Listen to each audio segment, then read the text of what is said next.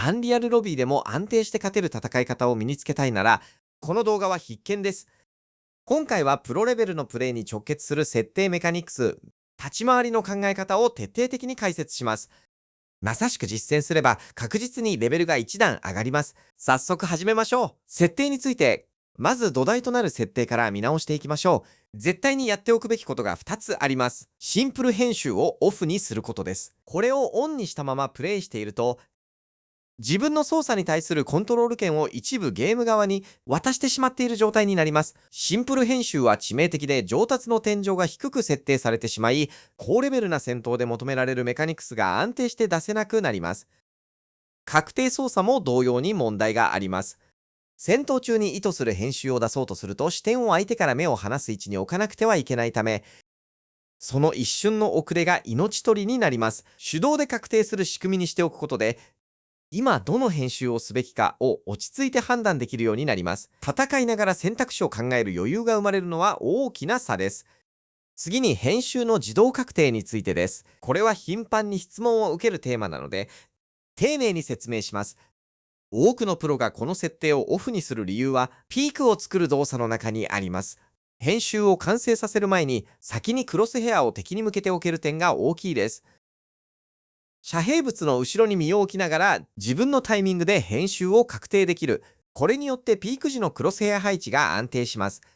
オンの状態だとタイル選択の途中で勝手に確定してしまい、意図しない編集やまだ遮蔽物から出ていない状態でのピークが起きやすくなります。ただし、オンにすると編集のスピード自体は上がります。アグレッシブなスタイルや超高速な編集を武器にしたいなら、オンも十分に選択肢です。実際どちらの設定でも結果を出しているプロは存在します。個人的にはオンでプレイしていますが、アンリアルロビーで戦うにあたって複雑な編集テクニックが絶対に必要なわけではありません。トリプル編集が安定して3、4回できる速度と正確なクロスヘア配置があれば十分です。より細かいコントロールを優先するならオフを選んでください。メカニクスについて、この動画では早く立てる、早く編集することの競い合いには触れません。実戦で本当に差がつく3つのメカニクスに絞ります。ピースコントロールクロスヘアプレイスメントエイムです。ピースコントロールとは相手の建築の穴や隙に自分のパーツを差し込む技術です。例えば屋根が開いているボックスに自分のピースを入れられれば相手の動きを制限しながらフリーショットの機会を作れます。1枚や2枚でも差し込めれば戦況は変わります。クロスヘアプレイスメントが重要な理由は、動きの無駄が減り常に敵の位置を意識した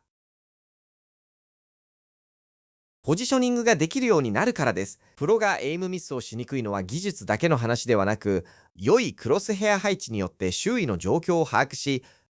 確定前に照準が合っている状態を作っているからです。そして最重要がエイムです。編集も建築もあくまでダメージを通すための手段に過ぎません。正確なエイムがなければ、どれだけ優れたメカニクスも結果につながりません。トッププロがチートを疑われるほどに別格に見えるのは、エイムの次元が根本的に違うからです。これらはすべて反復練習によって伸びるスキルです。戦闘 IQ と実践的なコツ。ここからは具体的な戦い方の考え方を解説します。原則接点の前で戦う。相手が編集して攻撃してくる可能性がある状況では、常に即座にリセットできるパーツを用意しておくことが前提です。逃げ込める壁、上に乗れる建築物、それらが安全策になります。だからこそ、接点を前にして壁を攻める戦術が有効なのです。距離があれば被弾リスクは低く、リセット可能なパーツを複数確保したまま攻め続けられます。SMG で体をさらさずに壁を削り、相手が反応しきれないタイミングで奪いに行く。この戦い方は非常に効率的です。相手の壁を攻める際に多くのプレイヤーが階段を設置しますが、これには注意が必要です。相手が編集してきた時、上への逃げ道を屋根で塞がれてしまうリスクがあります。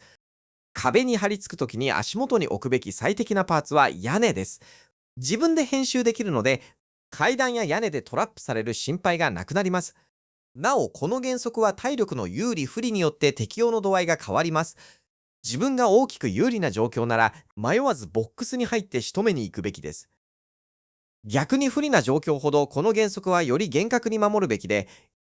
自分と相手の間に複数のパーツを積み重ねることを意識してください。原則2、ピッケルを出すタイミングを理解せよ。中級以上の相手なら、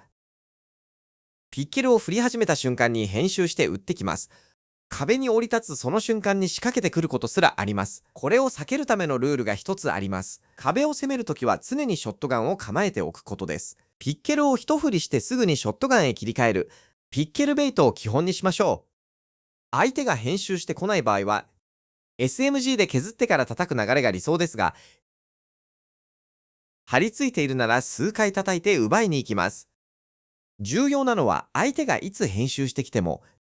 自分がショットガンを構えている状態を先に作り、こちらが先にダメージを通してから壁を確保するという順序です。壁を奪えた場合は、そのままピースコントロールに展開してリセットにつなげてください。奪えなかった場合も相手はすぐに壁を取り返し、編集からショットを狙ってきます。だからこそ常にショットガンを構えておく意識が生きてくるのです。相手の頭に照準を置き続けていれば、編集が来た瞬間にダメージを通し、即座に建築を設置する流れが自然に作れます。また、相手が編集からリセットを繰り返し、壁を壊しに来た瞬間を狙って撃つカウンターにも注意してください。壁の耐久値は常に把握しておくこと、そして常に攻める姿勢を見せながら、即座に防御の建築に切り替えられる準備を持ち続けることが大切です。この2つの原則が強いファイターになるための核心です。建築で身を守る意識、常に武器を構えておく意識、地味に聞こえるかもしれませんが、これが戦闘力の 90% を支えています。ぜひ実践で意識してみてください。参考になったら高評価とチャンネル登録をよろしくお願いします。ご視聴ありがとうございました。